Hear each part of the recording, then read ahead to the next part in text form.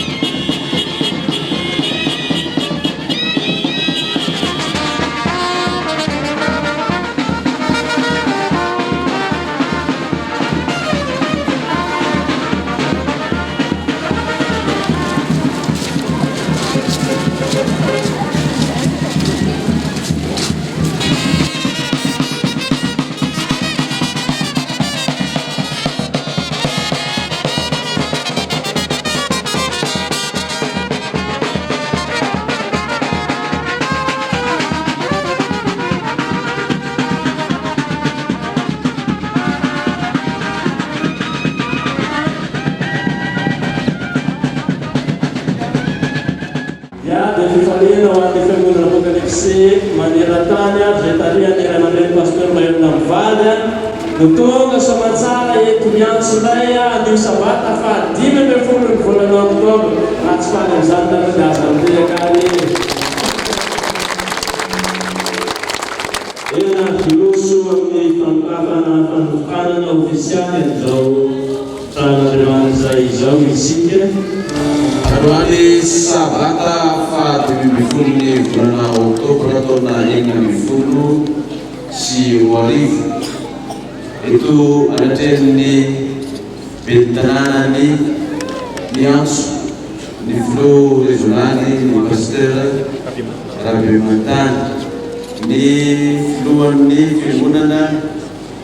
Abdullah Fit si ileu non figurana di parvasi mantito ileu sutena ni furbe dan kau ni flu baluna sin komite regionali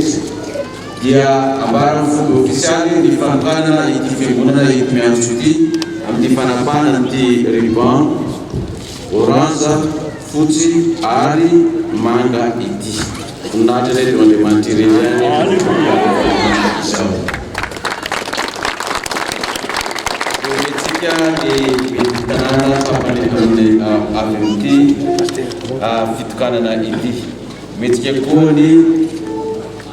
président ny régionaly ny pasteur. Metsika koa ny président paroisse. Dia di président di fiangonana.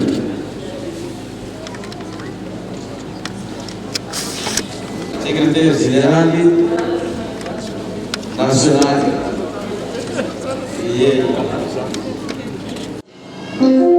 Terus sebaiknya kita saya doang atas nama kata prinsip.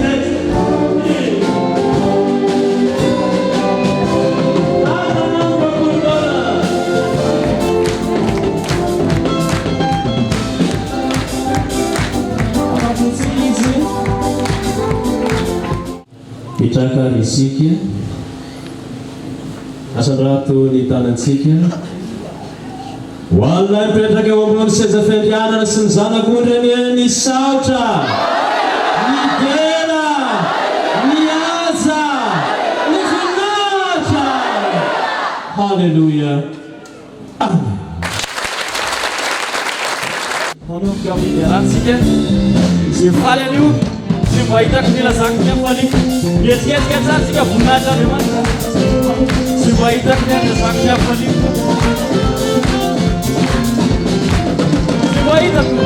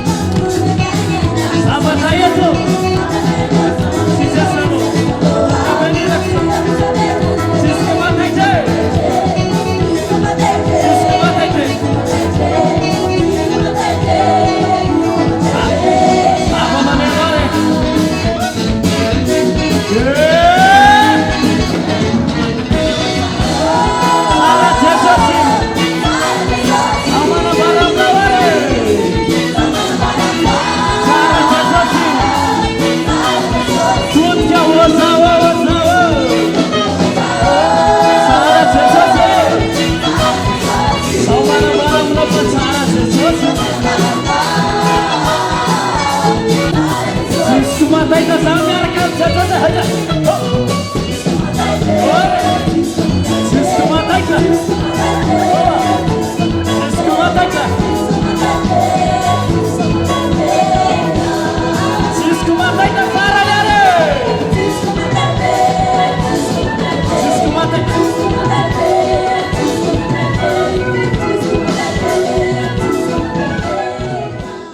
Pantsaka voalohany toko faha 20, raisitsika amin'ny andininy faha 70, dia mitsahatra hatramin'ny andininy faha 80 farany amin'ny toko faha 20 io. Rehefa miara-mahita tsika dia vakiana amin'ny anaran'i Jesosy Tompony. Soramandry ary ambonin'ny andininy voalohany. Amin'ny anaran'i Jesosy, ny namonona anina bota sy ny nahazahoany Ahaba ny tanim-bolobony ary ny loza voalaza hanjo any Ahaba. Andininy faha 70. Ary ny tenin'i Jehova tonga tamin'ny Eli Tesibita ka nanao hoe: miainga ka midina hiaona amin'ny Ahaba mpanjakan'i Israely izay ao Samaria. Indro amin'ny tanim-boloboky nabota izy, fa lasa nankao izy mba haka ny tany ho azy. Koa mitenena aminy hoe: izao ny lazain'i Jehova, efa namono vai ianao ka efa naka ho anao koa. Ary ianao dia hiteny aminy hoe: izao ny lazain'i Jehova, ao amin'ny tany izay nilelafan'ny alika ny ranona bota, no ilelafan'ny alika ny ranao dia ny ranao tokoa. Ary hoe Ahaba tamin'ny Eli: azonao vao ary ilay fahavaloko. Ary Eli namaly hoe: azoko ianao, satria ianao fa mivary tena hanao izay ratsy ao mason'i Jehova. Ino hahatonga loza aminao aho ka andringana ny taranakao ary ho fongotra ny lehilahy rehetra amin'ny taranak'i Ahaba, na ny voaozona na ny voahazona na ny afaka amin'ny Israely. Ary ny taranakao ataoko tahaka ny taranak'i Jeroboamy zanaky Nebata sy tahaka ny taranak'i Basa zanaky Ahia, noho ny nampiretanao ny fahatezerako sy nampanotanao ny Israely. Ary ny amin'ny Jezebela kosa, ary ny amin'ny Jezebela koa dia nolazain'i Jehova hoe: ny alika ihinana any Jezebela eny ivelan'ny mandany Jezirela, zay taminga ny Ahaba maty ao an-tanàna dia hohan'ny alika, ary zay taminga ny maty any an-tsaha kosa hohan'ny voromanidina. Fa tsy nisy tahaka ny Ahaba izay nivaritena hanao izay ratsy eo mason'i Jehova, satria namporosia ny Jezebela vadiny izy. Ary izy nanao vetaveta loatra tamin'ny rahalahy nanarahany sampy, dia tahaka izay rehetra nataony Amorita izay norohan'i Jehova teo anoloan'ny zanak'Israely. Ary rehefa reny Ahaba zany teny zany, dia nandritra ny fitafiana izy ka nitafy nampasaonana natao manolokoditra sady nifatihanina sy nandro tamin'ny ndamba fisaonana ary nijoretra teny am-pandehanana. Ary ny tenin'i Jehova tonga tamin'ny Eli Tesibita ka nanao hoe: hitanao va nanetreny Ahaba tena teo anatrehako? Satria nanetry tena teo anatrehako izy, dia tsy hahatonga loza aminy aho amin'ny androny, fa any amin'ny androny zanany vao hahatonga loza amin'ny taranany aho. Vaky teny faharoa, filazantsaran'i Jesosy Kristy araka ny Matio toko faha 9. Matio toko faha 9 dia raisitsika amin'ny andininy faha 40 dia tsahatra hatramin'ny faha 20 ihany. Vakiana amin'ny anaran'i Jesosy,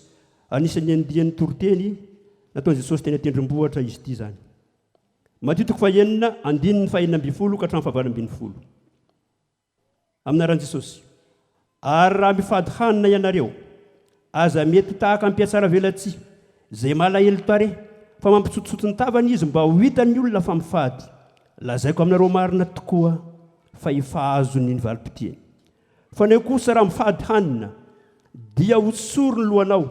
ary sasao ny tavanao, mba tsy ho hitan'ny olona fa mifady, fa ho hitan'ny rainao izay ao amin'ny mangingina, ary ny rainao izay mahita ao amin'ny mangingina no hamaly anao. Vaky teny fahatelo farany, Timoty voalohany toko faha 9. Timoty voalohany toko faha 9 raisitsika amin'ny andininy faha 1 dia tsahatra hatramin'ny andininy faha 9. Timoty voalohany toko faha 9 andininy faha 1 ka hatramin'ny faha 9. Soramandry fananarana sy teny farany ho an'ny Timoty. Fa ianao kosa lelan'Andriamanitra, mandosira izany zavatra izany, ka miezah mitady fahamarinana, teo-panaraka an'Andriamanitra, finoana, fitiavana, faharetana fahalemem-panahy. Miadiny ady tsara amin'ny finoana azony ny fiainana mandrakizay, fa ho amin'izany miantsonanao koa sy nanaovanao ilay fanekena tsara teo maso ny vavolombelona maro. Izaho manana tranao eo anatrehan'Andriamanitra izay mamelona ny zavatra rehetra, ary eo anatrehan'i Kristy Jesosy izay nanao ilay fanekena tsara teo anatrehan'i Pontios Pilato, mba ho tehirizinao tsy hanantsiny mampondro hatramin'ny fisehoan'i Jesosy Kristy Tompontsika izany didy izany. Ny andriana finaritra sady tokana mpanjaka ny mpanjaka sy tompony tompo no aneho izany amin'ny fotoany. Izy ihany no manana ny tsy fahafatesana, mitoetra ao amin'ny mazava tsy azo atonony, izay tsy hitan'olona sady tsy hainy jerena, ho azy aneny voninahitra sy ny fanjakana mandrakizay. Amen. Hotainony ny teny vaovaky, aso ny fanahy sy ny tenantsika avokan'Andriamanitra. Ivavaka antsika isaotra an'Andriamanitra. Jehovah-Andriamanitra raha eo, misaotranao izay noho ny fitantananao ny fiainanay, tantananao ny dianay nandritra ity taona 2024 ity, ka tonga amin'izao fotoan-dehibe eto miantso izao dia hitokana ity fiangonana eto antoerana ity. Misaotranao koa na amin'ny fitahiana sy ny fanambinana nomenao anay ka mbola nafana nitondra ny fanatitra sy ny fahafolo-karena sy ny fanatitra hafa rehetra izay fandroenana sy anaovana ny asa fanompoana izay niantsoanao anay.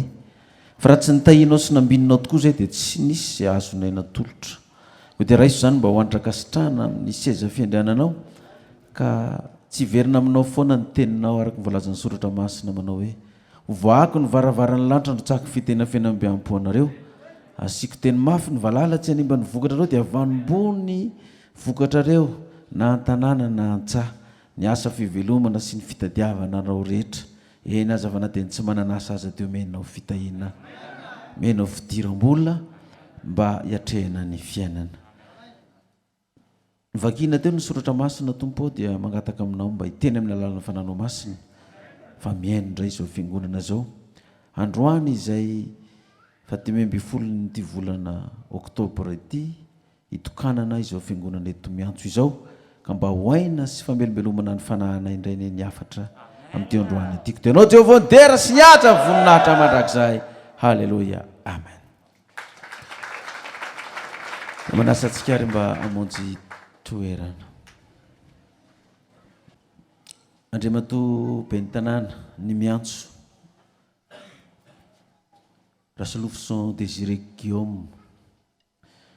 Andriamatoa ben'ny tanàna Théolo Monsieur Radona Doandre Mampianina, eto koa Andriamatoa Razafindratany Cécile, Ramatoa azafady Razafindratany Cécile, tompon'ity tany izay novidian'ny fiangonana nandroenana ty fiangonana ity. Andria matotalen'ny EPP eto miantso Roland,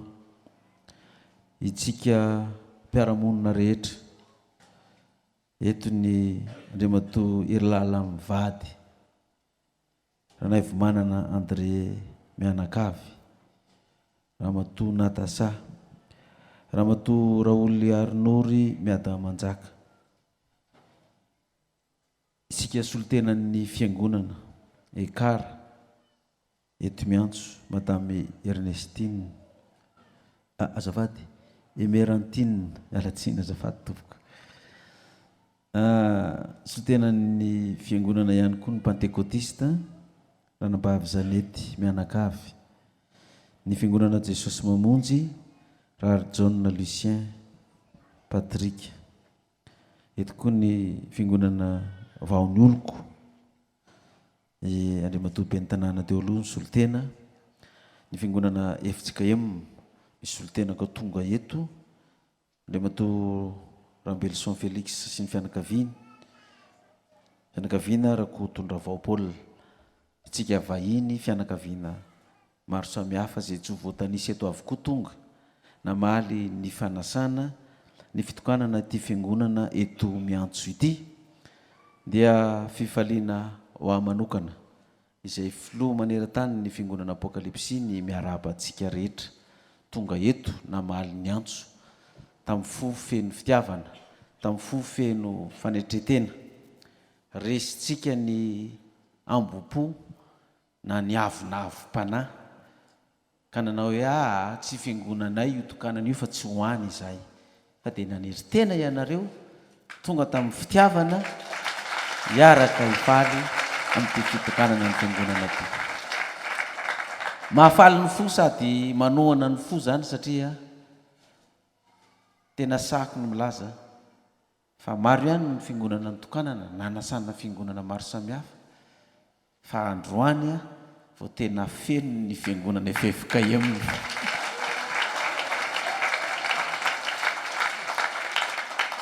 Mahafinaritra makasiraka satria dia araka nambarako tao hoe nisy fanetretena be tao amintsika ary resitsika zay hoe avonavo-panahy zay. Matetika mantsy ny olona rehefa asaina dia tsy fiangonanay zany fa tsy andeha izahay, samy manana ny finoany,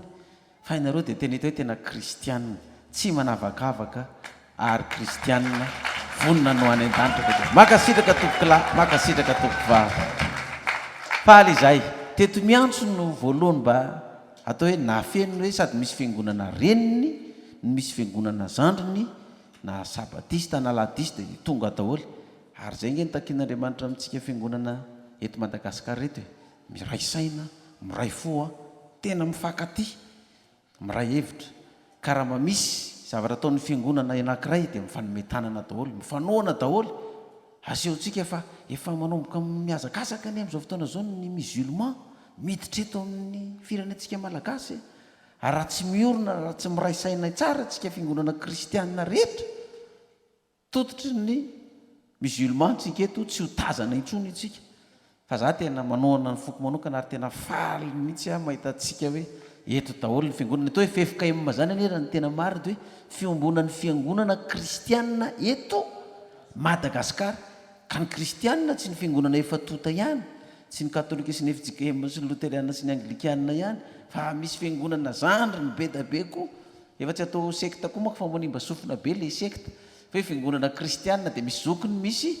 zandriny miteraka taty aoriana. Dia tena tokony tambatra zay hery sy firaisan-kinatsika zay aseho amin'ireo finoana hafa zany tiako resahana hoe tsika kristianina ny FFKM sy ny fiangonana zandriny atao hoe fiangonana kristianina, finoana kristianina. Fa ny ivelan'ny finoana kristianina dia ny silamo, ny bodista, ny hinduista.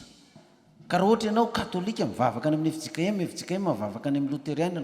mivavaka any amin'ny Jesosy mamonjy, any amin'ny Rema, any amin'ny Pentekotista, any amin'ny Apokalipsy, any amin'ny Vaon'ny Oroko na Adventista,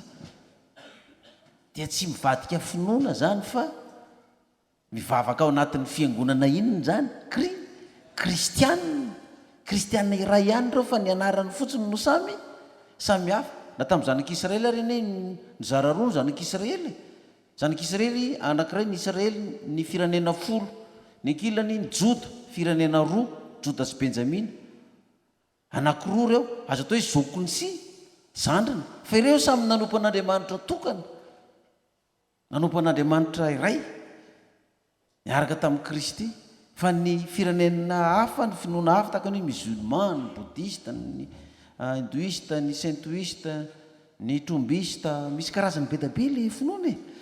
Dia ireny finoana be da be ireny tsy manompo an'ilay Jesosy Kristy dia iray. Ka dia homariky ny fifalian'ny fiangonana miantso sy ny vahiny rehetrarehetra eto amin'izao fahatongavantsika izao dia hiaraka hanome voninahitra an'Andriamanitra isika amin'ny tehaka faran'izay. Halleluia! Efa nazazavaina tamintsika teo moa zany hoe ny fomba fivavahan'ny fiangonana Apokalipsy, fa mety fanontaniana mipetraka amintsika tsiraray avy angamba hoe fa maninona tokoa moa zany le fiangonana Apokalipsy manao fotsy sy manga zany, hoe zavatra miorona amin'ny soratra masina ve izany hoe fitafiana fotsy sy manga izany sa dia hoe dia finiavana te hiavaka fotsiny dia izay. Raha jerevana amin'ny saina tsotra fotsiny le izy dia hoe ny lanitra no misy an'izany fotsy sy manga zany, takatry ny maso, hitan'ny masontsika tsiraray avy. Ny loko fotsy milaza fahadiovana, milaza fahamarinana, milaza fandresena. Ny loko manga milaza fitiavana, famboniana, zay no natonga ny lanitra manga natao eny ambony ihany. voninahitra, milaza voninahitra an'Andriamanitra. Dia izay no natonga n'ilay fitafiana fotsy sy manga, fa miresaka an'izay tokoa ny soratra masina. Misy ato amin'ny soratra masina ny olona nomena voninahitra sy nomena toerana ambony indrindra teo amin'ny tantaran'ny zanak'Israely dia nomena n'io fitafiana fotsy sy manga io koa mba hanehoana ny voninahitr'Andriamanitra. Dia mba vakiko amintsika kely mba ho zaraina mba tsy hampirorosaina antsika, satria be tabe mampifangaro le loko sy manga. Ao misy manao hoe ASVM ary ve le apokalypsy sa franc-maçon sa zanaky ny Masony Maria, satria Masony Maria koa dia manao fotsy izy, manao fotsy sy manga. Ka ny hevitry le fotsy sy manga zany dia izay nambarako zay. Ka izy moa zany Masony Maria zany ao amin'ny Baiboly, raha jerevana ke zany ao amin'ny Baiboly, zany reny niteraka an'izy any Jesosy Kristy, zany reny niteraka ny Kristy, zany vehivavy izany dia manao fotsy sy manga. Raha ny tena marina zany itsika ekara mihitsy ny tokony efa fotsy sy manga talohan'ny apoka,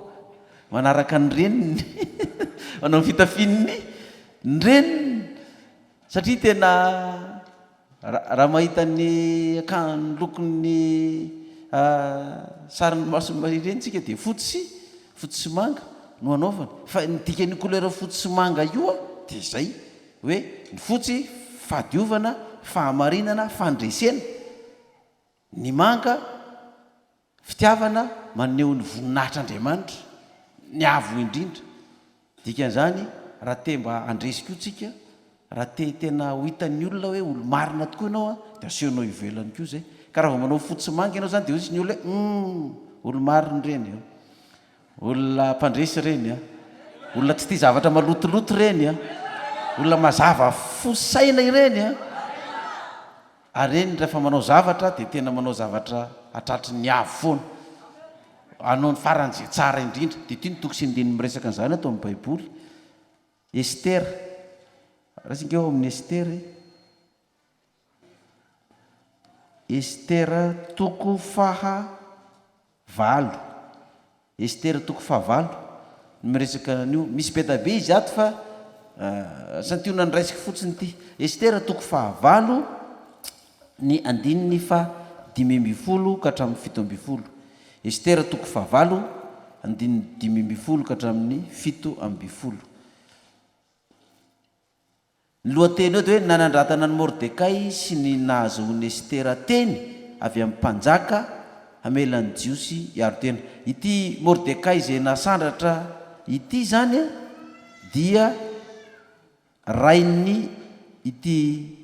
zazavavy Estera ity izay voasoratra tao anatin'ny Baiboly. Ary ity zanaka vavy Estera ity dia lasa vatan'ny mpanjaka tamin'izany, ary ny rainy zany dia nahazo toerana tao amin'izany fanjakana izany koa. Ka izao ny ilazany azy ato amin'ny toko fahavalo andininy 5. Ary tamin'ny elan'ny Mordekay teo anatrehan'ny mpanjaka dia ny akanjo fiandrianana manga sy fotsy izy, sady ny satroka satroboninahitra volamena lehibe. Ny akanjo inona izy? Ny akanjo fiandrianana manga sy fotsy izy, sady ny satroka satroboninahitra volamena avy any Somamanina.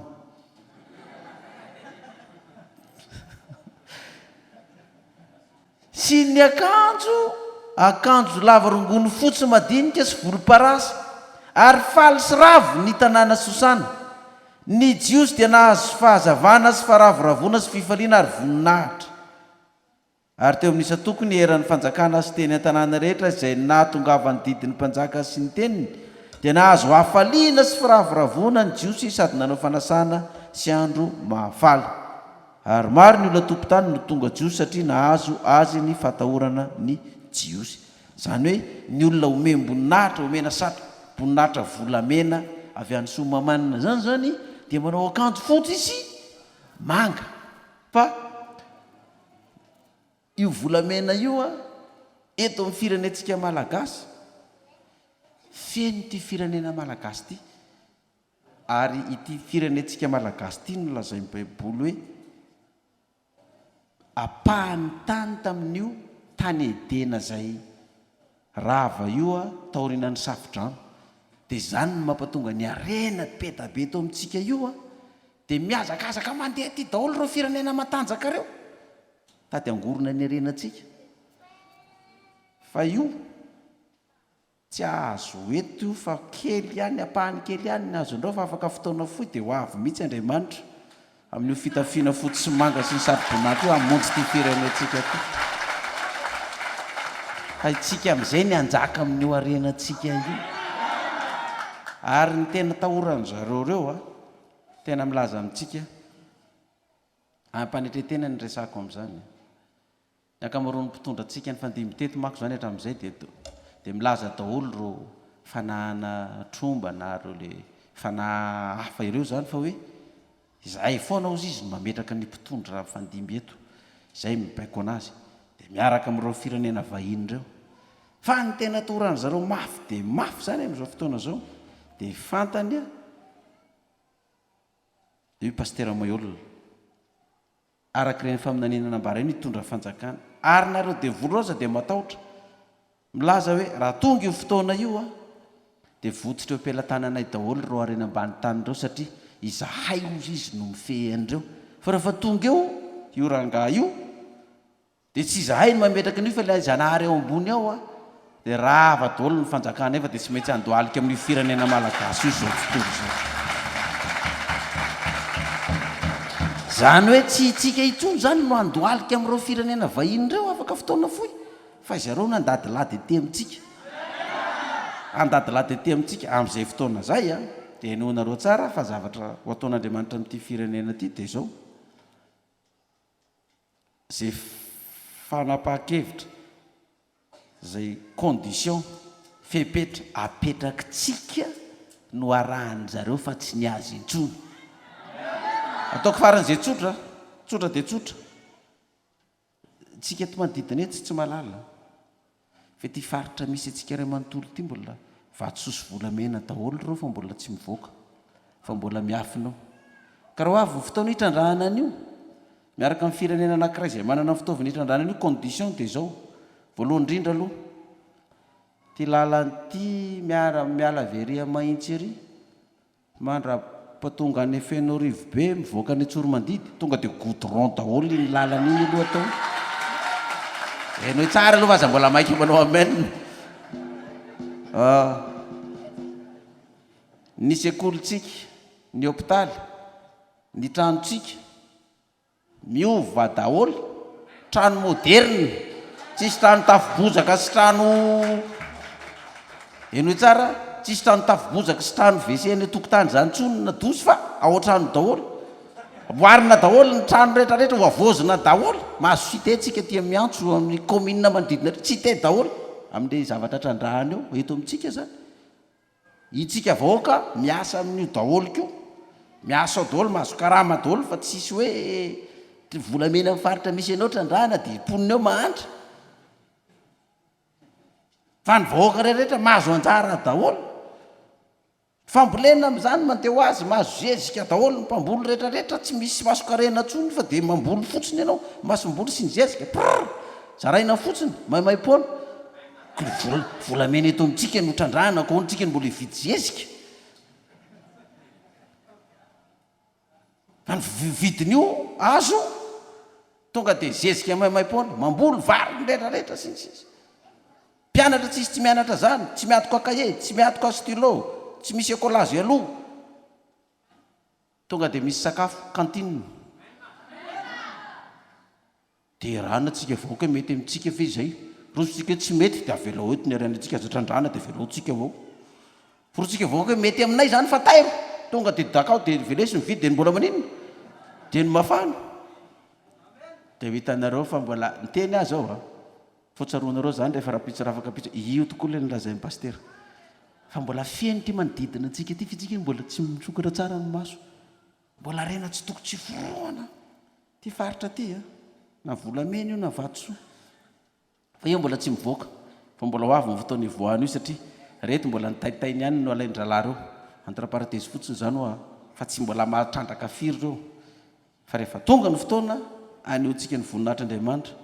fotsy sy manga daholo tsika ho hitanareo fa hisy raharaha eto amin'ity firenentsika malagasy Halleloja! Zany tsy na izy ianao mivavaka amin'izany tsy maninona na katolika ianao na inona fa dia fotsy sy manga daholo fotsiny malagasy ray mantolo hitan'izao tontolo zao fa mipararehetra daholo dia voly sy ny namana io fa tena mangororo anao zavatra makaka amintsika Andriamanitra zay toke mba vaovao ampitaina amintsika eto miantso fotsiny fa tsy anao tompotrano miolo antsika fa mbola misy zavatra betabe azo ifampiresahana fa andehantsika hiditra amin'ny hafatra. Ny hafatritsika moa zany dia niresaka ny amin'ny mpanjaka Ahaba. Fa raha fitinina ny toroteny tamin'ny heriny dia miresaka nyity fitokanana fiangonana ty tamin'ny tantaran'ny Agay. Mpaminany Agay dia nilaza tamin'ny vahoaka hoe ianareo izy mipetraka amin'ny trano valindriana, trano moderna, nefa ny tranon'ny Jehova vorokitsay ery. Fa andana ozy izy ataovy ny trano kozy izy. Fa mamafy ianareo nefa tsy mijinja. Mihinana ianareo nefa tsy voky. Mitafy ianareo nefa tsy mafana. Mahazo karama ianareo nefa mivoaka taploka. Fa dia nitsofoka ozy izy ny vokatrareo sy ny fitahina aminareo dia tany maina ny miandry ianareo satria ianareo mipetraka amin'ny trano valindriana fa ny tranoko tsy nataonareo. Fa ataovy io tranoko i Jehova dia ho akasitrahako zany. Ataovy dia ho ambiniko ianareo amin'izay ataonareo rehetra. Zay ny tantara tamin'ny andron'ny zanak'Israely. Zany hoe rehefa nataon'ny zanak'Israely tokoa ilay tempolo zany rehefa afaka tany amin'ny fanandevozana izy dia nitahian'Andriamanitra sy nambininy tokoa reo vahoakan'ny Israely ireo nandritry ny fotoana lava. Taorian'ny zanak'Israely niala tamin'Andriamanitra nanompo Andriamanitra indray zay vao nidringan'Andriamanitra. Sarin'izany zany dia zao ty fiangonana ty natao fa tany amin'ny voalohany ty toerana ty ngamba dia tsy haiko hoe toerana taiza ny vavahana takalamanjana sa taiza mba nisy trano ny vavahana ve dia natao ilay trano. Matonanao ny trano zany dia fa Jehova nakasitraka azy. Vita ilay trano dia ho ambiniko sy ho tahiko ianareo izy izy. Zany hoe tsika izay nanao nyity fiangonana ty zany izay nanomboka nangady fototra, nanao ny rindrina, nanafy sy ny sisa, nandoko, nanao azy loko fotsy manga zao. Teny fikasana amin'io dia tsotra kely raha niavatra tamin'ny herinandro. Ho tahiko ianareo, ho ambiniko ianareo, ho arovako ianareo amin'izay alehanareo rehetra. Raha tsy mino an'izany nareo dia aza mitehaka.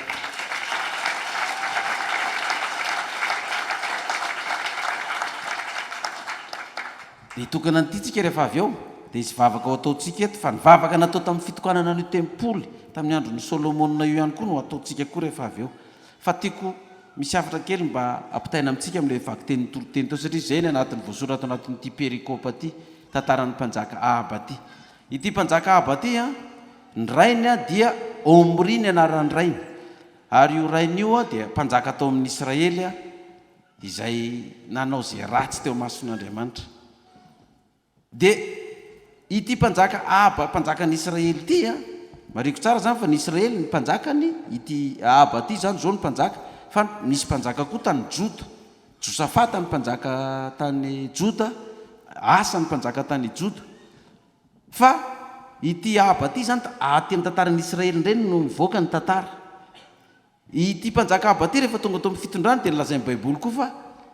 isan'ny nanao ratsy koa teo amin'ny fanjakana. Ary izy io dia 20 taona ny fempotaonan'ny nitondran'ny fanjakana. Zany hoe saikasaika nitovy ny fempotaona nitondran'ny amiraly Ratsiraka tamin'izy nitondra fanjakana teto amintsika reny zany. Nandritry ny 20 taona izy teo amin'ny fanjakana. Ny zavatra nampiavaka n'ity mpanjaka Ahaba ty dia izy io no nanambady vehivavy hafa firenena teo amin'ny Israely izay fantatry ny Ahaba tsara amin'ny mahazanak'Israely azy fa raharan'ny Jehova zany ny zanak'Israely tsy hanambady hafa firenena. Fa ireny hafa firenena ireny zany mitarika ny zanak'Israely hanompo Andriamanitra hafa. Dia nyrarany ny zanak'Israely nanomboka tany amin'ny Mosesy io nefa nyrarany. Fety moa rehefa tonga mpanjaka ianao zany anao ny fahefana sy ny rehetrarehetra dia hoe io ny tiako, io ny vehivavy tiako indrindra. Ka na hafa firenena tsy problema fa za mpanjaka izy moa nasakana anazy izy tokoa mpanjaka. Dia nanambady n'ity vehivavy firenena ty izy Jezebela ny anaran'ilay vehivavy io. Dia avy tamin'io vehivavy Jezebela io natonga azy tena atao hoe nanao faran'izay ratsy teo anatrehan'Andriamanitra zany satria nitariany vadiny io naodiny vadiny io ny sain'ity mpanjaka ty iverina hanompo sampy indray hanompo ny bala indray zany bala moa zany tamin'izany hoe fivavahana sampy nataony zareo tamin'izany andro zany fa nampiavaka nyity mpanjaka Ahaba ty koa dia tamin'ny andro no nisehon'ny mpaminany Eli io mpaminany Eli io a tamin'ny fanjakan'ny Ahaba ny Andohany ary ny Andohany tamin'izany dia efa eo le mpanjaka nipoitra avy any mpaminany Eli dia nilaza hoe tsisy ranonorana amin'ny latsaka eto mandra-piteny kozy izy ao anatin'ny 3 taona eto amin'ity fanjakan'ny Ahaba ty tsy zavatra tsy tiany mpitondra fanjakana tahaka an'izany hoe ianao maminany loza ho mifanjakany zany enrangaty tsy mba maminany soan'le firenena fa loza foana ny vinana iny dia fa avy ny fanjakana atao voaza lampo mpaminany io foatra mampiraviravy tanana ny vahoaka fotsiny dia zao nataon'Andriamanitra tamin'ny mpaminany Eli hoe andany anao izy makany amin'ireny rano atao hoe Kerita any antsinanany Jordana any ianao mipetraka fa zany dia efa goaika anome sakafo anao hitondra mofo sy hena ho anao any amin'ny oreny rano fa dia neny Eli ritra ny rano toy ana miala atao indray ianao dia makanesa any vehivavy manano tena fa io nataoko mamelona anao indray rehefa ritra le reny rano teo ny goaika tsy hita ntsony mety maty koa ngamba le goaika efa tsy nahitany kohanina tsy rano sotroina intsony dia laza indray izy nandeha dia zany ny fiainan'le mpaminany sy mba tahaka ny hoe mpaminan'Andriamanitra azy dia mena ny zavatra rehetrarehetra zay tadiavina fa rehefa tonga ny fotoana verina tany tanàna amin'izay Eli satria natao aza lampo izy dia nasain'Andriamanitra nandositra tena izy tamin'ireo le olona reo lazao amin'izay ny mpanjaka io fa ho avy ahy eo naminy dia ozy ty le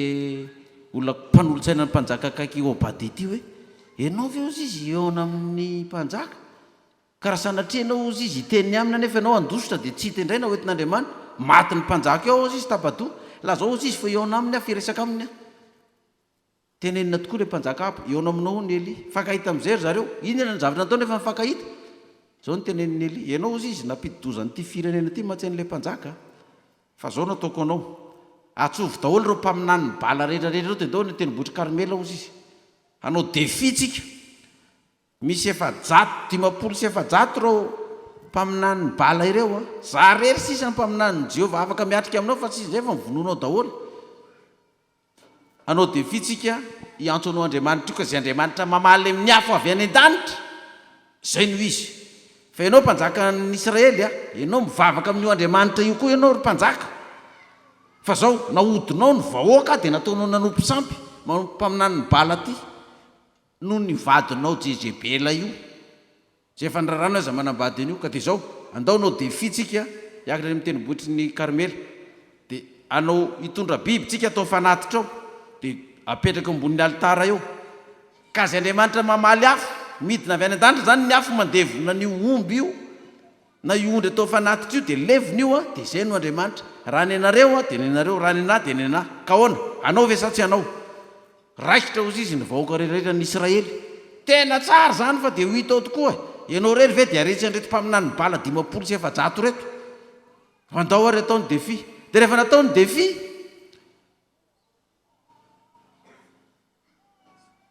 nataony fanatitra eo ny mpaminany bala 500 nanomboka maraina amin'ny 7 maraina nanomboka niantso ny Andriamanitra mamaly ianao aseho eto fa tsisy ny Andriamanitra ny Eli fa ny Andriamanitra ny bala no mamaly amin'ny afo tonga ny amin'ny 12 atoandro mbola tsisy valiny dia nampiresahan'ny Eli ataovy mafy ihany ny fianareo fa sao dia mbola matory izy ataovy mafy ihany fa sao dia mbola manao lasisy tingarainy sao dia mbola misakafo ary izy ataovy ihany ny feo dia nitetitena koa rao nandray antsy dia nitetitetika ny tenany amin'ny lamy tetena ny tratra ny kibo ny aty amin'ny tenda ny lela tetitetena atao daholo mba hamaly fa tsisy valiny nandray azy efa arivariva tamin'ny 4 amin'izay toy izy Eli bon mialary ianareo rehefa tsy nimaly ny Andriamanitra andreo fa loko zany antsony ahy io alitara io izy feno rano daholo manodidina an'io lavao manodidina an'io alitara io a dia feno rano dia kitay eo io koa feno rano kibaso rano daholo dia apetrao amboniny eo ny biby dia ozy izy mpaminany bala ny anay ary tsisy rano tsisy ninona tsisy afaka ny anao lemana rano indray ny rehatra eo dia aleo ozy izy ataovy an'izay dia nivavaka amin'izay le hoe raha tena sy hoe Andriamanitra fa ny Andriamanitra Israely mbola velona fa tsy ny Andriamanitra mibala zany mba ho hitan'ireto olona reto dia mamalianao ozy izy eli valy avy any mivavaka nilatsaka ny afo may tanteraka ny azo ritratra any amin'ilay ranona ny didina ny fenoana teo zao amin'izay ny tenen'ny Eli mpaminany andehana ozy izy alefa azo ty daholo reo mpaminany bala reo senana anatona azy daholo ny vonoana teo reo olona 500 reo tonga dia nitetetena ny tapahana ny lohany ny tongony sy ny tanany rehetrarehetra vita tsisy na iray tavela aza mpaminany ny bala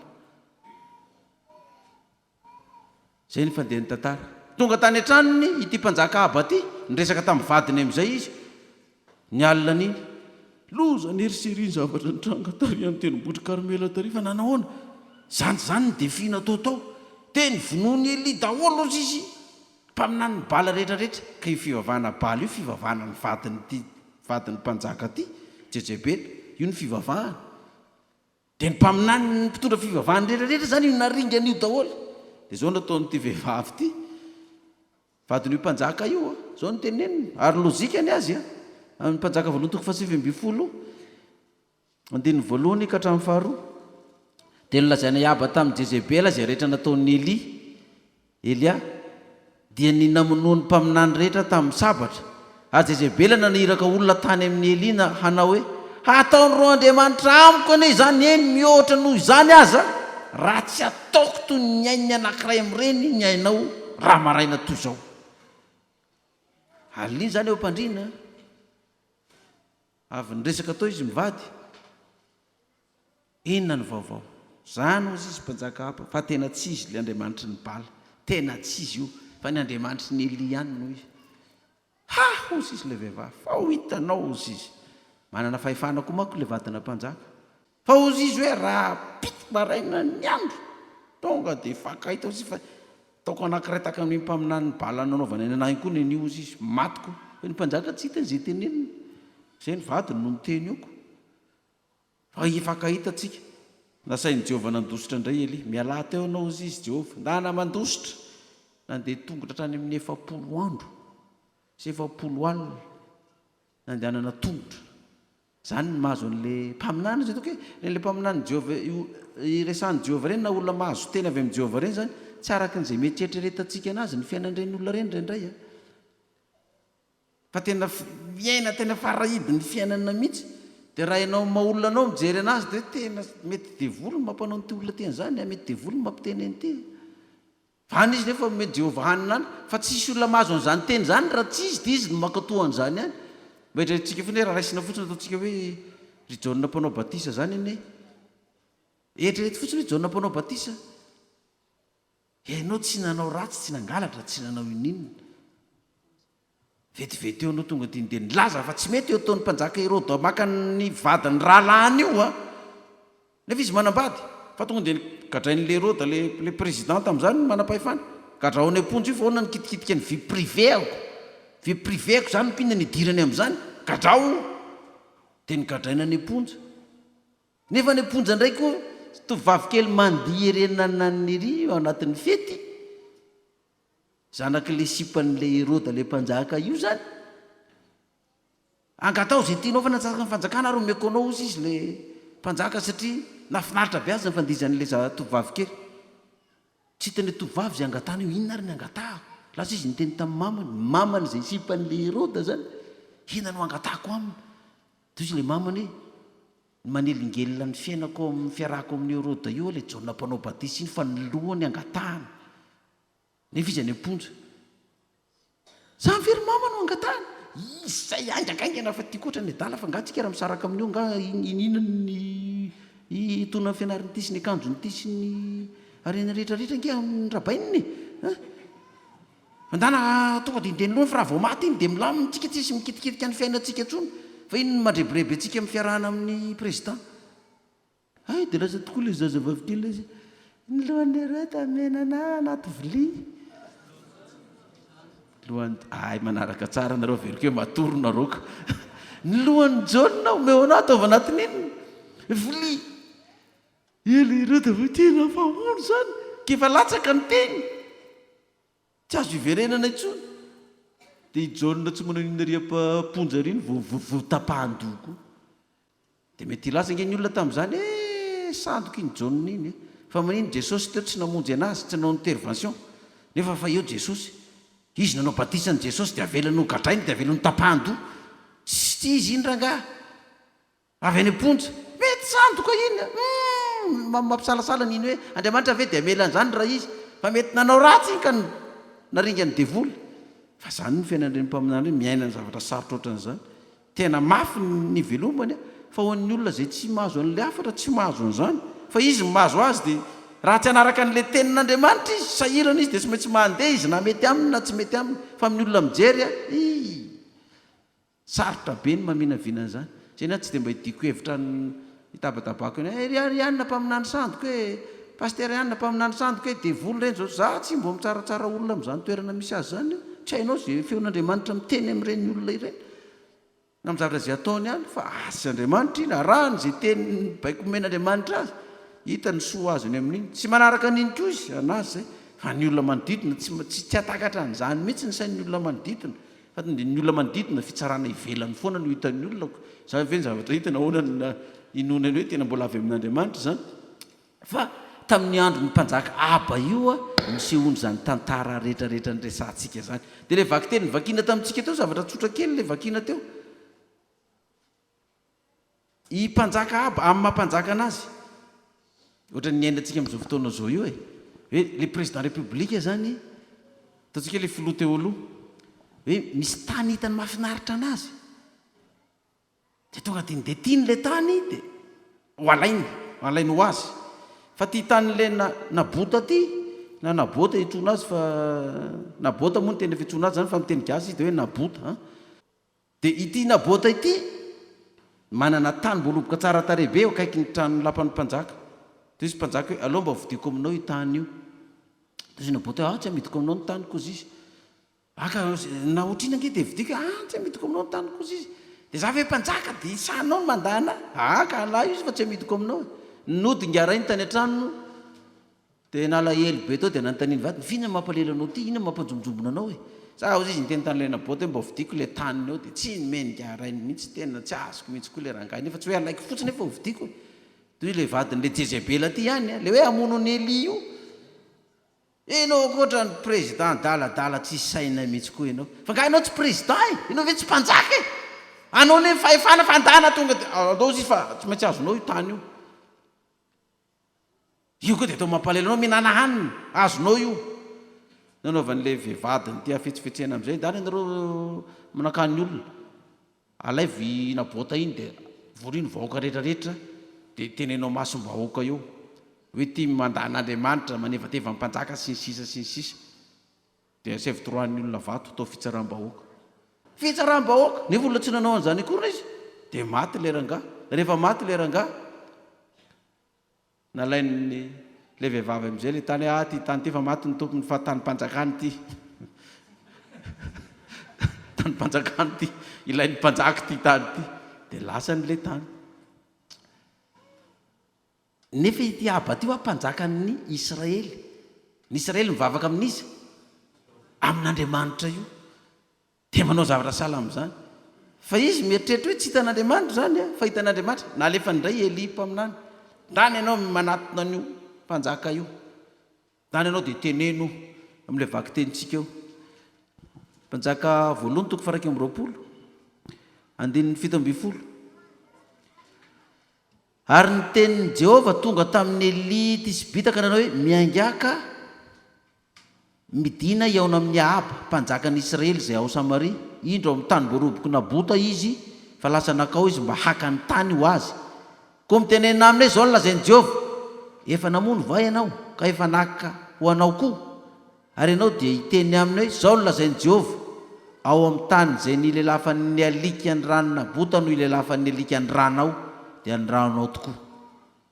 jereo tsara izy ary olona ny sahiteny amin'izany amin'ny mpanjaka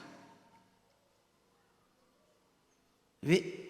efa naka ianao nakakeriny ianao sady mbola namono ihany fa ny ranon'ny alika ny ranao ny alika ny lelaka ny sihinana azy manana président fandimitsika teto Madagasikara, fa ireo mpanolotsaina ny président reo tsy samy teny mihitsy an'le président hoe tsy mety io tandremo fa zao tamin'izay président ny fandimy satria nahoana matahotra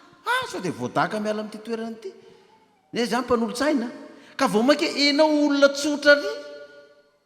mpaminany amin'ny fiangonana ao amin'ny Israely tsy olo-mpanjakana koa zany fa olona ivelany ery andeha anatona iteny hoe namono anao naka ny tsy anao ianao fa zao ny lika no ilelaka ny ranao fa ho fatinareo mianakafa. Zala zay kotsika raha tsy Jehovah naniraka ny Eli mpaminany tsy nandeha tany izy iteny zany nahitany masony zany fa tonga dia tapaka ao ny inona tapaka ao ny lohany tsy azonao atao zany fa Jehovah naniraka azy dia lasa izy fa mba ilay voan-tsaina koa mbola iteny amin'ny havany koa izy na amin'ny manodidina azy nahazo teny tamin'i Jehovah ory zao fa zao dia ho teneniko mba zaka ahoana ny hevitra roa iteny aminy via tsy izy ny olona ho tapadoa ao fa ny mpanjaka manana fahefana hamono aminao amin'izay tiany hamono anao rehefa tsy mitovy amin'ny fijeriny ianao tahaka ny mamono vitsika zany no famonono ny olona ny mpanjaka anazy ny fahefana tsy afaka manao ohatran'izay tiano velona ianao dia velona tiano vonoina ianao raha pitsy dia matiny ianao tsisy resaka mihitsy ianao ny dia teny amin'izany fa lasa izy satria nahoana Andriamanitra naniraka anazy mandehana teneno any zany teny zany teneno zany ozy izy jerevinareo angely anankiray le ato amin'ny mpanjaka toko fa 7 ato toko 7 andininy fa 7 ka hatramin'ny fa 7 mpanjaka voalohany toko 7 andininy 7 ka hatramin'ny 7 ary no nihitany Aba Elia dia hoy izy taminy hay tonga ety ianao ry ilay mampidi-doza amin'ny Israely fa Elia namaly hoe tsy izaho no mampidi-doza tamin'ny Israely fa ianao sy ny mpianakavy ny rainao ihany tamin'ny nandavanareo ny didiny Jehovah sy nanarahanareo amin'ny Bala. Jereo fisantsara tsy izaho nampidi-doza ozy izy afehanao mpanjaka io mampidi-doza nyity firenena ty fa tsy zapa aminany zay miresaka aminao zao amin'ny namponareo Andriamanitra hafana ozy izy dia tonga indray izy miona amin'ity ilay mpanjaka Aba ty indray miona fandroa indray izy eto zao indray nylazany azy mpanjaka voalohany toko 120 rehefa niteny taminy Jehovah 7 miainga ka midina iona amin'ny Aba mpanjakan'ny Israely izay ao Samaria ianao zay zany lazain'i Jehovah tamin'ny Eli indro amin'ny tanimbolona Nabôty izy 7 koa mitenena aminy hoe zao lazain'i Jehovah efa namono va ianao efa nakao anao koa ary ianao dia iteny aminy hoe zao lazain'i Jehovah ao amin'ny tany zay nilelafan'ny Elika ny rano Nabôty no ilelafan'ny Elika ny ranonao dia ny ranonao tokoa 20 ary hoy Aba tamin'ny Eli azonao va ry ilay fahavaliko lazay le mpitona fanjakana fahavaliny mpaminany Jehovah io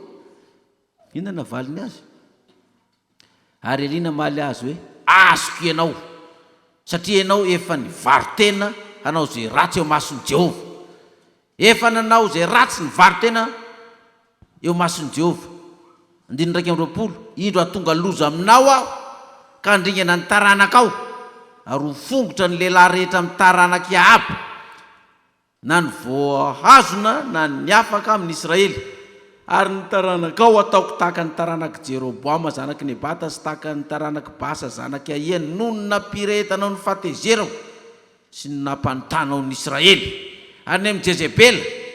vadinao io koa dia zao ny lazain'i Jehovah ny alika hinana ny Jezebela nivelan'ny mandany Jezirela ary zay tamingany Aba maty ao tanàna dia ho an'ny alika ary zay tamingany maty any an-tsaha kosa dia ho an'ny voromanidina iza re olona ny saha itenen'izany amina mpanjaka hoe heviny sy sainy amin'ny maha-olona azy dia andehanao itenen'izany izy nataoko ohatra fotsiny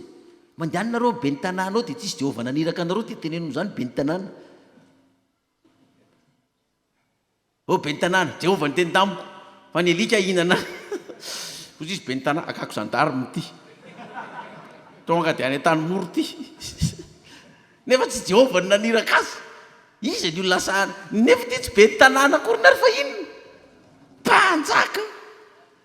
fa dia tena lasa izy tsisy tahotra satria tsy olona naniraka azy ty fa Jehovah naniraka azy mandehana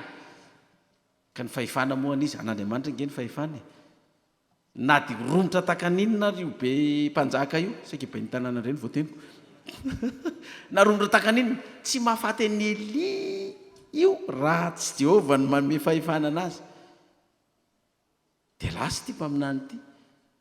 zavatra miantra manaina mihitsy zany zavatra tena eny indrindra mbola mikitikitika ny vadiny koa nefa ny vadiny tompon'ny fahefana koa garainy azy azo lazany hoe entin'ny vadiny misangany mihitsy izy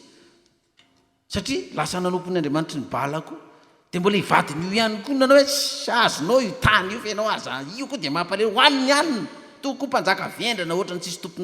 tompona fahefana inony tsy nanana hanina tany kely io itsy ho azonao io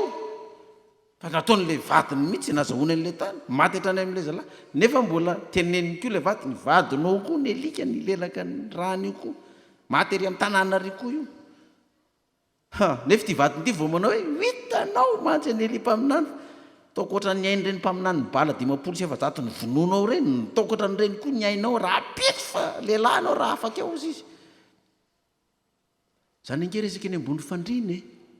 resaka izy mivady eny ambony fandriana fa tsisy olona mahainao an'izany any tanàna tsisy mpaminany mahainao an'izany any fa Jehovah nahainao an'izany sa tsy nahino fatany Jehovah reny zany avy hatrany dia lasa izy nakany amin'ny Eli mpaminany zao dia mialahinao teto mantsira makary amin'ny tendrombohitra Karmela indray nefa zany ho any amin'ny 20 kilometatra andeha lalana 40 andro zany 4 kilometatra ny vitan'izany mandrosotra fotsiny 40 andro zany lasa mba tsy ho tratrany amin'ny soavaly enjen'ny maramila ny aba indray dia raha olona tsy zatra mihaino feon'Andriamanitra ianao mety tena tsy leo ve mba miafina amin'ny fokotany io na ao ambe ny tanàna ao izy nahitany anao na hiafina amin'ny ambassade de France eo tsy afaka ao anao tratrany ao anao fa any amin'ny tany tsisy olona mihitsy na dia fasana anao fa sany ny tena izany fa inona zavatra nataon'io mpanjaka io rehefa hitany tokoa zany tonga taminy zany inona nataon'izy io 17 ary rehefa reny aba zany teny zany dia nandrehitra ny fitafiana izy ka nitafy lamba fisaonana nataony manolo-koditra sady nifady hanina sy nandry tamin-damba fisaonana ary nijoretra teny am-pandehanana rehefa reny le aba ty zany tsy araky ny eritreretana azy ny zavatra nataony hoe ho vonoky iny foana no popainy ny takany ny alika hoe nifatoko le lafin'ny alika fa ty mpanjaka ty tena tonga dia nalemy inona nampalemy anazy izy fatany tsara fa taranak'Israely tsy tokony hanompo an'io Andriamanitra bala tsy izy io fa noho ny vadiny zay hafa firenena ty zay nyvadiny ty Jezebela ty io no lasa mitondrana azy amin'ny lohany sy misay be tokoa ny lehilahy enti-badiny amin'ny lohany tsy ny latsony ny loham-pianakaviana ao tokantrano fa lasa ny vavy dia na dia mandeha eny masombahoaka sy asaina amin'ny olona eny dia ny alalana azy hoe le ramatoa mitondra ny vadiny amin'sangany rehefa mandeha ny masony olo eny dia le ramatoa ny any aloha fa le rangahy no atoriana dia ramatoa mitarika any aloha dia rangahy manaraka fotsiny atoriana ato le rangahy nareo taritiny le rangahy hoe aty ny lalany ity dia rehefa miresaka amin'olona ao dia le rangahy tsy mbo miteny fa dia le raha matao zao ny fandehany io manginy ty aloha zao ny fandehany io hitanao zao fipetraky ny zavatra io ianao aza miteny mantsy le rangahy fa tsy ianao manazavany io izy ihany no miteny dia le rangahy dia jomoka koa le rangahy dia tsy mbo miteny mihitsy le rangahy dia ahoana ny hevitra ao zany raha misy anayaby zay io izy rehefa niteny zay teny le ramatoa zany dia efa niza koa izy le rangahy dia efa anay koa zay ozy izy zany hoe lasa le ramatoa ndreny loham-piana kaviana dia ny hafarany lasa ramatoa mandeha miasa sy mitady volany fa rangahy ao an-trano mitaizazaza manasa lamba mahandro sakafo dia mpanjaka ty zany ohatra zay izy hoentiny vadiny amin'inona koa izy zany amin'ny sangany zay tiany le ramatoa tsy maintsy arahany le rangahy na mety io na tsy mety ka eto izy naneniny fatany hoe tena maty amarina mafy fa tena taranako sy ty vadiko ty zany dia ho faty fa hoan'ny alika ny faty ny alika ny lelaka ny ranay zany zany ny tena zavatra ratsy indrindra dia tsy namono ny elipa aminany izy fa tonga zay izy mivavaka ndrenga re tena fona Andriamanitra nosindavenina sisy dia ny fady ihany tsisy oatra zany so mba misy azan'Andriamanitra atao ihany ny amiko fona dia ina zavatra nitranga 9:20 ary ny tenin'i Jehova tonga tamin'ny Eli Tisbita ka nanao hoe hitanao va nanetren'ny Aba tena teo anatrehako satria nanetry tena teo anatrehako izy dia tsy hahatonga loza aminy aho amin'ny androny fa ny amin'ny androny zanany vao hahatonga loza amin'ny taranany aho lesona azo toana miry havana dia zao na dia efa atao hoe nanao adalàna be faran'izay ratsy indrindra ary ianao amin'ny fiainanao ka tonga aminao ny problème tonga aminao ny ozony isan-karazany rehefa mivavaka amin'ny fady ihany ianao na inona fiangonana ivavahantsika samy manana fiangonana ivavahantsika tsika rehefa mifady ihany na mivavaka amin'Andriamanitra mihitsy tena ifadiko anina ohatra ataoko hoe maditra ny vadinao ifadiko anina raha ngahy hovady koa mba tena ho afaka amin'ny toka io mba hody tokantrano fa tsy hipetraka any amin'ny vehivavy hafa any mba anome vola sakafonay sy ny raina ty fa tsy dia alevana vehivavy ny any daholo ny volany hoetiko mibavaka fivadikany ty tokantrano tsy mety milamina ty etiko mibavaka fivadikanina ty trosa tsy mety afaka ato aminay ty trosa tsy mety afaka mihitsy dia hoetinao fivadikanina ianao koa mety manana ny clémanao koa mety tsy haiko olona lava lera ny tanàna anao dia tsisy olona zay tsy miady aminao trany amin'ny saka tsy maninona ry mandalinao maso midaka be fotsiny ihany le saka niakatra ny lamosiny le saka nanina ry any dakany tantinina nefa olana torotoro tamin'ny fandrinana teo saka tsy manao inona ry maso midaka problème ifadioanina fa jerefo ty mpanjaka Aba ty na dia efa zany ary nataony fa nyfadiny ihanina le izy fa elipaminany anga nalala hoe nyfadianina ne le mpanjaka koa taoriana ny tenenako azy fa izy nyfadianina tao fa hitan'Andriamanitra io mpanjaka nyfadianina io sa tsy hitany hitany tiako atongavana zany dia ty ny teny aloky ny vavantsika io ny fiatsika ataontsika io zany na marina ianao na tsy marina na madionao na maloto na mivavaka ianao na manompo sampy dia hitan'Andriamanitra io zany indrindrandrindra fa tena efa vahoakany ianao raisiko ataoko exemple tsika zao kristiana na inona fiangonantsika na inona fiangonantsika kristianantsika manompo ny Kristy zany tsika ny dikan'izay zay fiatsika ataonao ao dia hitan'Andriamanitra na tsara io na ratsy vavaka tena mafy ianao ny problème anao dia mifady anina ianao zany mifady anina zany zao zany sarina zany mifady anina zany manomboka hariva maty masoandro zany ka hatramin'ny rapitso maty masoandro sady tsy misotro rano anao tsy mihinan-kanina zay no atao hoe mifady anina fa tsy ohatran'ny musulman hoe mifady anina 40 andro izy sa 30 andro moa ny azy 30 andro fa ny azy indray ny atoandro izy no tsy mihinana vao mipotsaka masoandro dia efa tsy mihinana izy fa vao maty ny masoandro tonga dia dia lasopy raiky veta be mihitsy no hohanina dia mifoha amin'ny efatra maraina koa izy dia efa vary amin'anana sy kitoza tena raiky veta koa no hohanina manapa-tonga ny hariva raha zany no atao na heritaona ary mahavita raha zany no atao vitako zany na heritaona ary satria amin'ny alina ihany zany maninona vao maty masoandro dia mihinana amin'ny ataoko hoe amin'ny 7 hariva zany mihinana zany dia mihinana indray amin'ny 12 alina dia mihinana indray amin'ny 5 maraina ohatrany hoe mihinana amin'ny 9 maraina dia mihinana amin'ny 12 atoandro dia mihinana amin'ny alina dia amin'ny alina matory amin'ny atoandro zany matory fotsiny vita hoa zany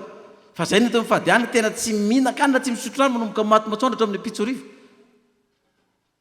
dia raha zay fivadikanina zay izay ny nataony zanak'Israely zany mba tonga hoe Mosesy 70 andro 70 alina tsy nihinana tsy nisotro Eli koa ohatran'izany Jesosy koa ohatran'izany dia hitan'Andriamanitra io fivadikanina ataonao io dia tonga izy mamaly ianao dia ty Aba ty zany hitanao izy mantseny Eli Aba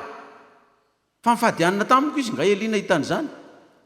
fa nanery tena ny bebaka izy fa tsy ataoko tonga aminazy indray le loza fa ho amin'ny zanany zay maninona zanany zay mbola manao ny adalàna ka tsy mibebaka koa dia ho tonganiko io zany fa amin'izay taranany ao ka mibebaka sy tena mivavaka tsy tratrany zany fa zay taranany tsy mibebaka koa ho tratrany io loza io fa tsy ataoko aminy zany loza izy satria mibebaka olona io dikan'izany zany ny an'Andriamanitra zany dia zao ny zava-dehibe aminy a ianao nanao ny adalàna sy ny faratsiana io miverina manompo azy fa raha ianao nanompo azy tamin'ny andritry ny androm-piainanao lava dia nefa ianao niala indray fa lasa niverina nanompo sampy sy nanao zavatra tsy manjary any ka tsy tafabebaka any ianao fa maty any dia velomy ianao zay very any ianao dia manitra zany tsy mijery zay lasanao tany fa naon'izao no hitany ina nataonao zao marina ianao tao aloha nanao ratsy zao io ratsy ataonao androany io no itsarany ianao nanao ratsy ianao hatramin'izay nanao ny marina ianao zao io marina ataonao androany io no itsarany ianao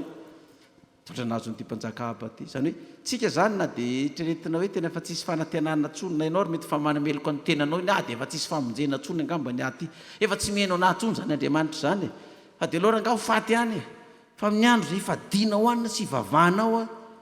dia hiteny Andriamanitra zay manodidina hitanao io olona latsainareo io hitanao olona lazainareo fa hoe ny alan'Andriamanitra io hitanao fa io lopopainareo sy tevatevainareo io mifady anina ane io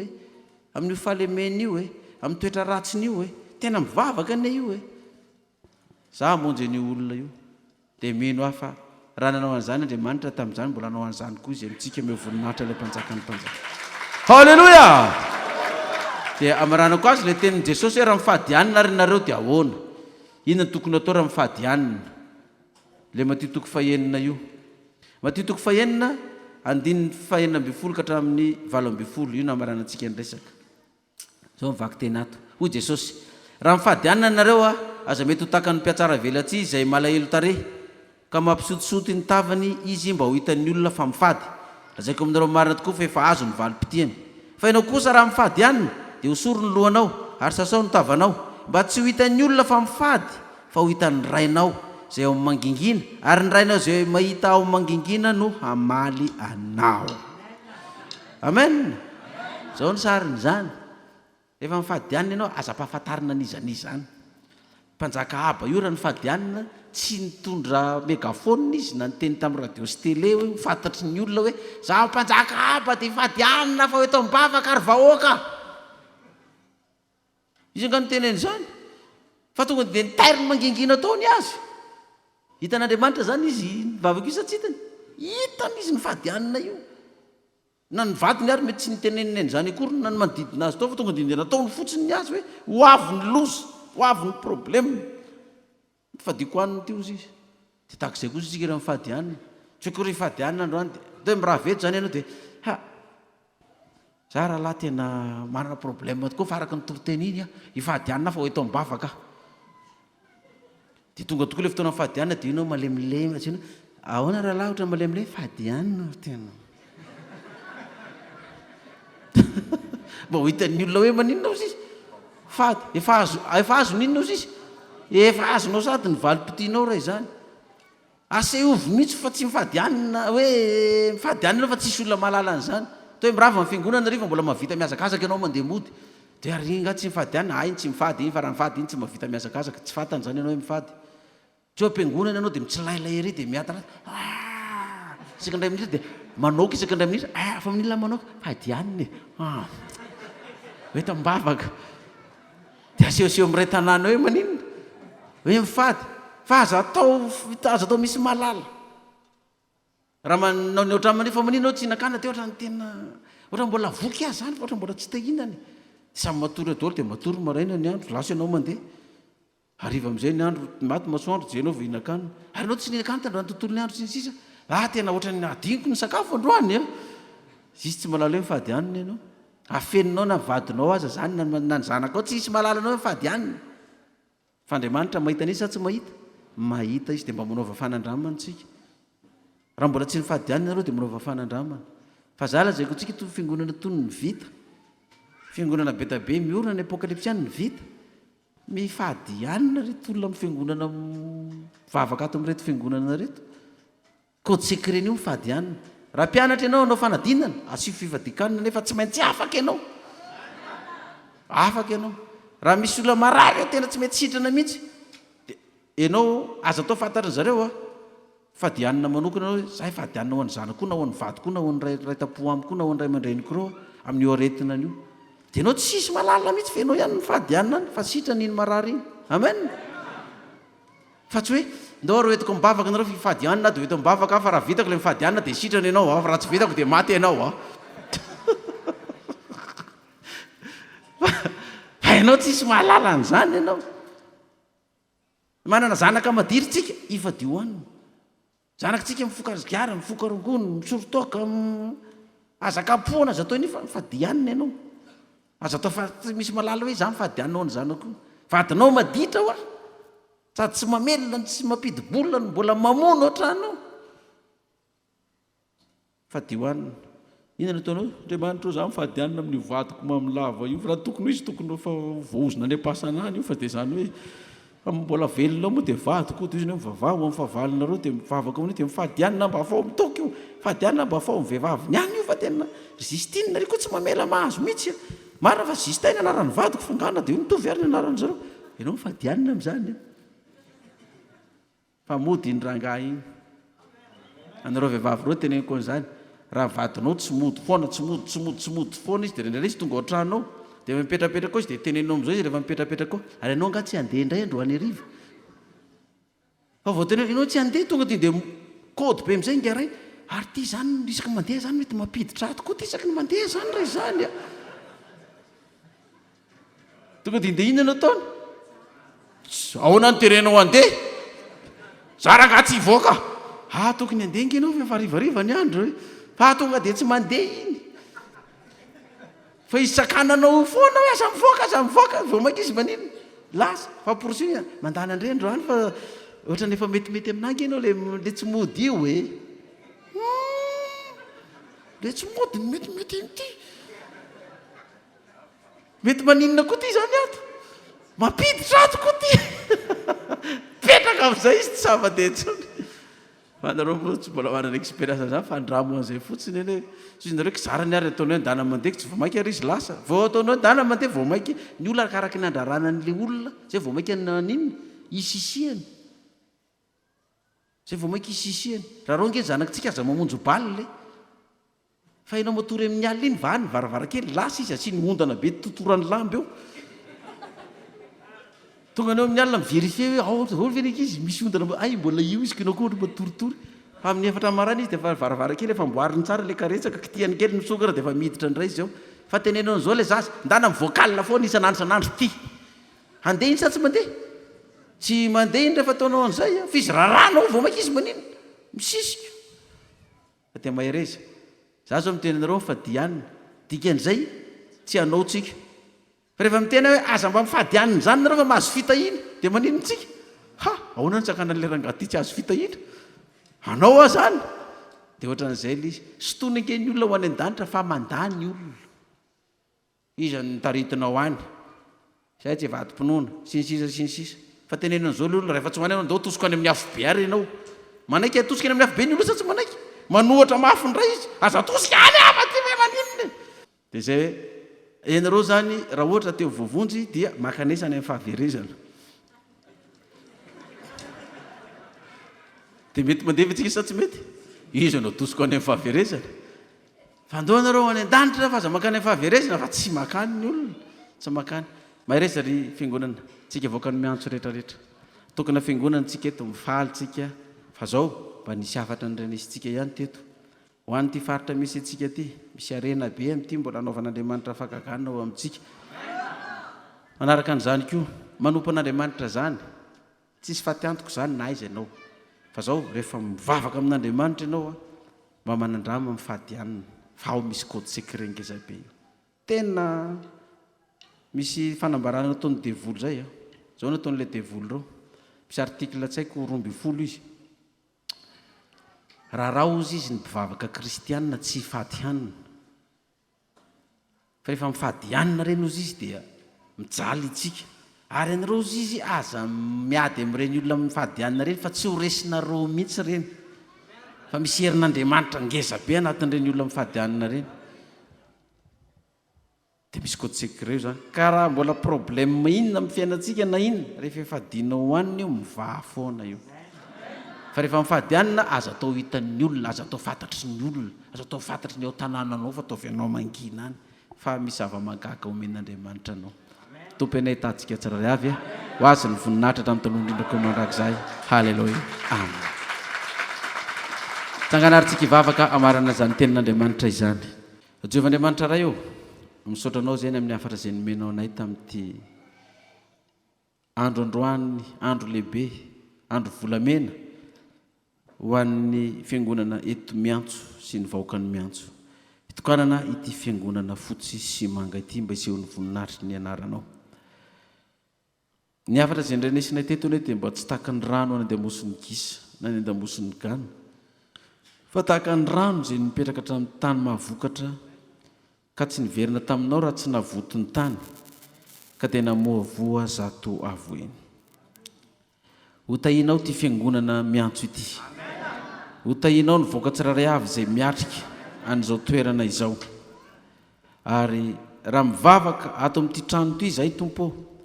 na zay mpivavaka ato amin'ity trano ity, na vahiny miditra ato amin'ity trano ity ka mivavaka, dia menona ny an-danitra ary mamalia ny fivavaka izay atao eto amin'ity toerana ity. Raha marary izay ka mitaraina sy mivavaka ato amin'ity trano ity, dia hositraninao ny aretinay rehetra. Raha mikorotana ny tokantranonay ka miditra ato amin'ity trano ity izay mivavaka, dia menao ny an-danitra ianao tompo ka lamininao zany tokantranonay zany. Raha manana zanaka-lahy na zanaka-vavy izay maditra, tsy azo tenenina, tsy azo anarina, ka raha tonga miditra amin'ity trano ity izay mivavaka mifadianina ato, dia manafahana ny zanakay amin'izany toerana misy azy izany. Raha sahirana amin'ny ara-bola izay, trosa tsy afaka, ny fidiram-bola manify dia manify, tsy maleo ny vola mivoaka ny miditra, ary dia latsainy fahavalo izay manao aiza izay Andriamanitra anareo nahoana tsy mitana, nahoana tsy mamonjy. Ka raha miditra ato amin'ity trano ity izay mitaraina amin'ny olana ara-bola amin'ny fiainana io tompo, dia omenao anay ny vola sahazanay amin'ny fiainana isan'andro isan'andro. Ary raha misy mamosavy izay amin'ny toerana ivarotanay, ny toerana ambolenay, ny trano ipetrahanay, ny fanananay na sarety na fiarakodia na ino zany na inona, ka tonga mitaraina eto izay, dia le voniny ny ody ratsy ny olona izay mahafazana anay sy amelezana anay. Ary faran'Andriamanitra, raha tonga eto izay mitaraina, miantso ny anaranao mifady anina, ka na inona vavaka tonononay amin'ity toerana ity, na vahiny izay na tompo tany, dia menoany an-danitra ianao tompo, mba fantatry ny olona fa misy Andriamanitra velona eto amin'ity toerana ity. Dia anao ary Jehovah ny dera sy ny asa sy ny voninahitra mandrakizay, amin'ny anaran'i Jesosy no angatana izany vavaka izany. Halleluia, amen. Voalohany indrindra angamba aloha no teny azoko tenenina dia tsy mahamamo ary tsy mahasasatra ny misaotra an'Andriamanitra, satria fikasana ihany ny antsika olombelona fa fandarana dia anazy rery ihany, ko nomeny tombonandro isika nomeny ny fahasalamana, dia tafavory soamatsara eto amin'izao tranon'Andriamanitra izao, isaorantsika azy zany. Manaraka izany moa dia misy koa fitenenana hoe tonga tsy miaraba na mansosotra lasa tsy manao veloma na mantezitra. Misy moa itsika ireo tsy dia hoe voaka ato miantso ihany fa misy ny avy any Antananarivo manerana hatrany Ankazo be, Fianaravo be, any Arivomamo, Ambohidratrimo. Tonga eto nefa tsy aro ifandray tanantsika menakavy, fa dia atambatritsika miteka ny solompo fandraisana tanantsika. Salama tompoko lahy, salama tompoko vavy. Eny tompoko, zay moa no lava zay ny fohy nefa tsy dia azo andalovana fotsiny fa tsy maintsy ho tenenina. Eto moa zany dia mitodika zany ato amin'ny ray aman-dreny Pastera Maiola, filompanorona ny tia fiangonana Apokalypsy ity maneran-tany. Ary manaraka izany koa moa ao ireo vady aman-janakao sy ny zavikelinao, ao ihany koa moa ny mpiara-miasa aminao rehetra mitondra n'izao finoana ny Apokalypsy izao, dia tsy hainay eto amin'ity vahoakana miantso eto ity zay soloko teny ny misaotra mankasitraka anareo, fa mamy tokoa ary sitraka ny fatokavanareo eto amin'izao kominy miantso izao, ary amin'ireny izao tranon'Andriamanitra izao. Koa tsy hainay ihany tsy hisaotra sy ankasitraka anareo indrindra za moa pastera dia ao anatina radio no hainoko ny feo anao fa tsy mbola nahita maso anao ary tsy sambany androany, ka eto dia miaraba manokana anao pastera sy ny vady aman-janaka ao.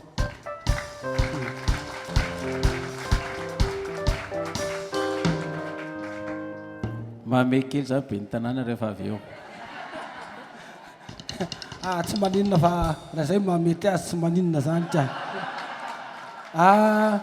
Eny avy moa ianareo kristianina rehetra indrindra ianareo ato amin'ity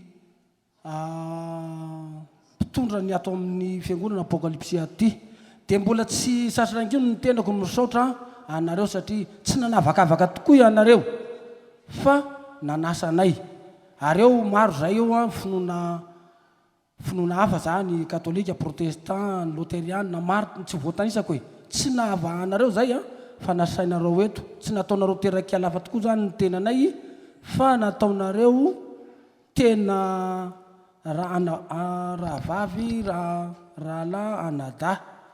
ka dia misaotra anareo mankasitraka mangatelona tompoko koa engane mba iroboroboatrany a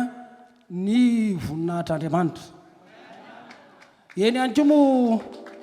mbola misaotra anao inko pastera nitondra ny vatsim-panahy zay nataonao teo iny ary misy iainanay iny atao za tsy teny hoe herinandro natapabolana fa misy iainanay toranay fiainanay zany a mandavany taona iny toroteny sy fanazavana nataonao teo iny koa misaotra mankasitraka mangatelona tompoko misaotra indrindra za ngamba tsy deo lavateny betsaka nasaly zany faraky ny teny teo hoe fa mandeha dia mandeha ny fotoana ko dia mba zay ny teny avaty amin'ny vahoaka ato amin'ny commune miantso zay soloko tena misaotra mankasitraka mangatelona tompoko misaotra indrindra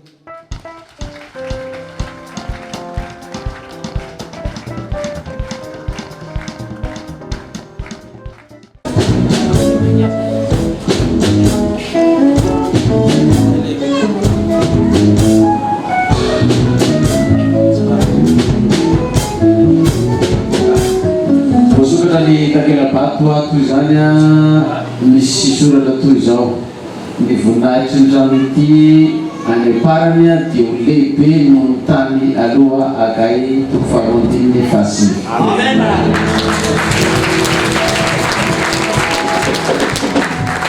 fiangonana apokalipsy maneran-tany fahatsiarovana fahatrimy folo taona ny fambo fiangonana apokalipsy maneran-tany miantso sy ny tokanana ny trano fiangonana teto miantso pasteur Mayola André Christian Dieudonné filosofan'olona l'olona Janosasapara secrétaire général international pasteur Abe Mantany filoha régional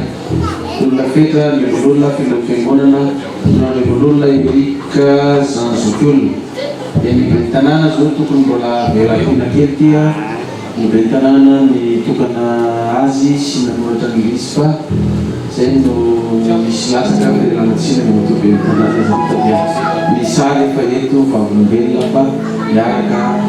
naokana tia ianao izay tanàna amin'ny mandat voalohany ndraisinao manomboka ny taona efatra ambin'ny folo sy dimy ambin'ny folo sy arivo hatramin'ny roapolo sy efa taona moa dia tanàna sa efa taona enika dia valo taona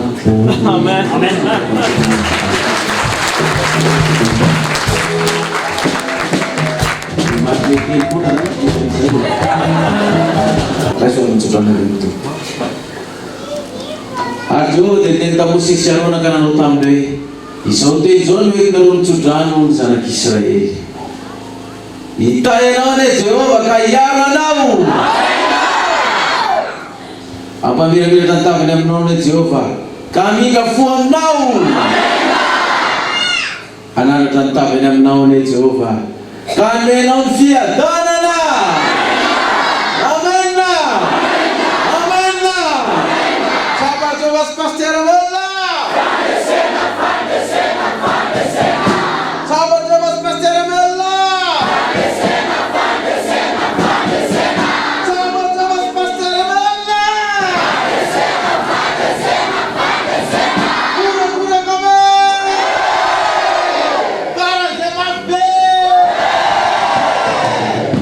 Tenandriamanitra tompoko dia mirapisoa ny tanàna ihany